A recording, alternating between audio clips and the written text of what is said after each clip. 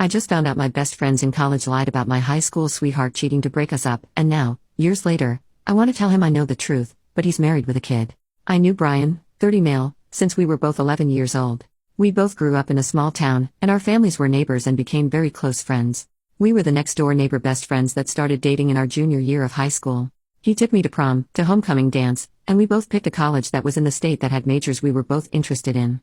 Him, I, our families, friends, our preacher, everyone expected us to get married when we went off to college. The college we went to was 3 hours from our town, and it was closer to a major city in our state, about half an hour from the big city, and it was a bit of a culture shock for the two of us. Brian had issues at first making new friends, but I sort of jived with the gals in class. My new friends didn't think much of Brian. They kept telling me I could do better than Brian. They thought Brian was slow-witted. He's not, he's just shy with new people. They thought he was too religious. He never was in their faces. He asked only once if they could recommend a church in the area.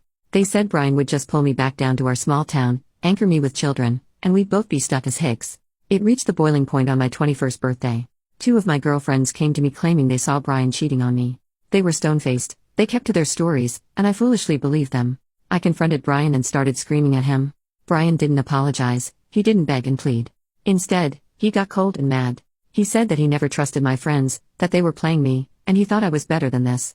I didn't believe him and I let him walk away. He promised that if I took their word without even looking at them critically, that we were over. And, he kept his word. From that day, he wouldn't even look at me. He wouldn't talk to me, he wouldn't acknowledge I existed. For the rest of college, he never dated anyone. He just worked, went to class, and graduated early. My friends, they set me up on a ton of dates. I had a bit of a wild college ride, something I'm a bit ashamed of now, honestly. Once I graduated, I tried to get established in life, but my college friends, they kept just wanting to hang out, chill, or party. It honestly got tiring and I couldn't believe I had the energy to do this for nearly 4 years while getting an education. It was when I was 23 that one of the girls called me a stick in the mud and said something along the lines of, "I can't believe we went through the effort of breaking you up with Brian if you were just going to become a wallflower." I couldn't believe it. She went into detail about how easy it was, and I felt disgusted. I didn't give Brian another thought after the breakup. I thought he was a cheater, and I told my family, who told his family, and it strained his relationship with his mom for many years. But after that point, I couldn't stop thinking about him. I told my family the truth about what happened with Brian. This apparently helped repair the relationship Brian had with his mother. Apparently, Brian's mom liked me quite a bit, and she went out of her way to sabotage Brian's relationships with any girl he brought over to meet the parents. My mom said Brian's mom did it very discreetly, but after finding out the truth, his mom came clean and Brian nearly cut her out of his life. She apparently begged and pleaded, and was able to work from there. I have many unfinished drafts of emails to Brian, some saying I wish to catch up, others begging for forgiveness and pleading for him to come back to me. But any news I got on Brian after the blow-up with his mom has been sparse. Brian doesn't do social media, and I had no idea where he lived. I found out this year that Brian has been married for 3 years, and has a 2-year-old son. He has moved back to our hometown, and I saw him at the grocery store when I went to visit my parents 2 weeks ago. He didn't see me, or at least I think he didn't. But, there he was with his wife and child and I instantly felt a swirl of emotions. Jealousy, rage, regret, depression. Even now seeing him with his full family, I still want to beg him for a chance, which makes me feel awful, but at the same time I feel like I should at least say my piece. I talked to my mom about it, and all she said was the chickens come home to roost. Don't make trouble for Brian. I just know that if I can't talk to Brian one last time, I will regret it for the rest of my life. What do I do? Should I contact Brian? Edited to add, I emailed Brian last night. I'll put the content here. Hi Brian, it's me, Amy. I know it's been years since we talked, and I wanted to apologize for how we broke up. I also want to apologize for how it spread back to our families. I know now that Tracy and Stephanie were hell-bent on breaking us up any way they could, and I can't begin to apologize for the hurt it has caused you. I'll be back in town in a few weeks and was wondering if we could have a coffee and catch up. I want to know what's been going on with you in your life. This morning I got a reply from Brian. Amy, I want you to know that I have forgiven you years ago. I hope you are doing well, but I would have to say no to coffee or catching up. My wife and I have a strict rule that neither of us hang out with exes. I hope you understand. I tried emailing him to say he could for sure bring his wife with him, but he's not replied since. I guess you were right, there was no chance to reconnect. Brian makes a post on Reddit 2 weeks later. My younger sister wants me to give an old ex closure. I'm married, and don't see how this will do any good. Why is my sister insistent on this?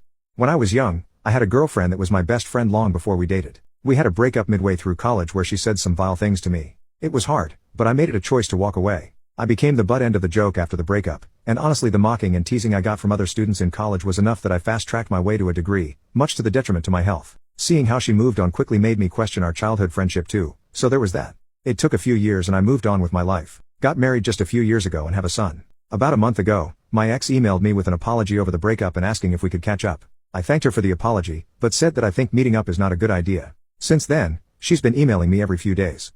Both our families are friends, and my younger sister has been pressuring me to give my ex a face-to-face for closure. No one else in my family is so insistent. My sister, when we were younger, looked up to my ex as an older sister, but last I heard it's been years since they talked. One thing is for sure, I don't want to talk to my ex, but I also want to keep my relationship with my sister.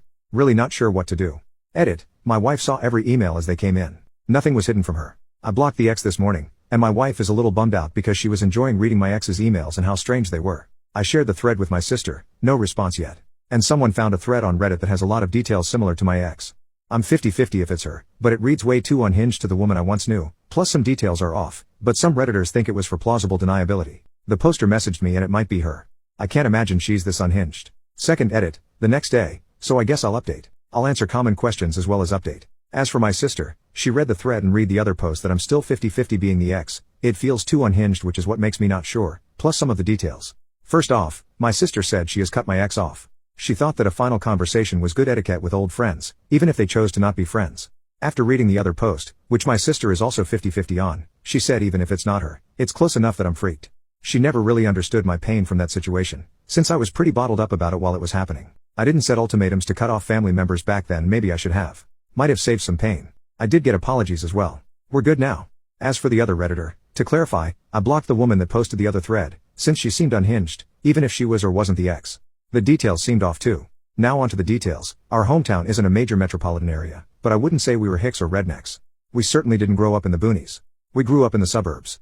If anything, I think the college was in a town that technically had a smaller population than our hometown. Yes, I do go to church, but I never mention it since religion could be a hot button topic to people you just met, and even back then there was Google. I wouldn't ask where a church was in a new town. Both emails she posted, the gist is the same, but the formatting is different. The breakup, I didn't like my ex's college friends, that is true, but the confrontation was not me being some stone-faced Terminator. I was angry crying throughout it. And it was emotionally draining.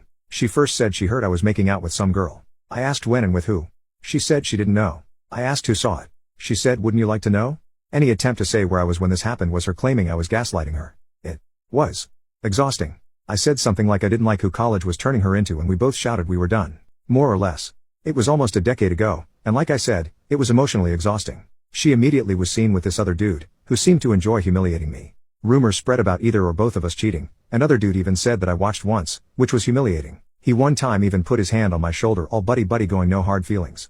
I was living in the dorms. My parents put money on a food plan at the dining hall, so I had to stay on campus when I wasn't working. I signed up for extra courses whenever I could and fast-tracked my way to a degree to get out of hell. As for my family, my mother did take my ex's side. I don't know what type of story she got, and she never confronted me about it.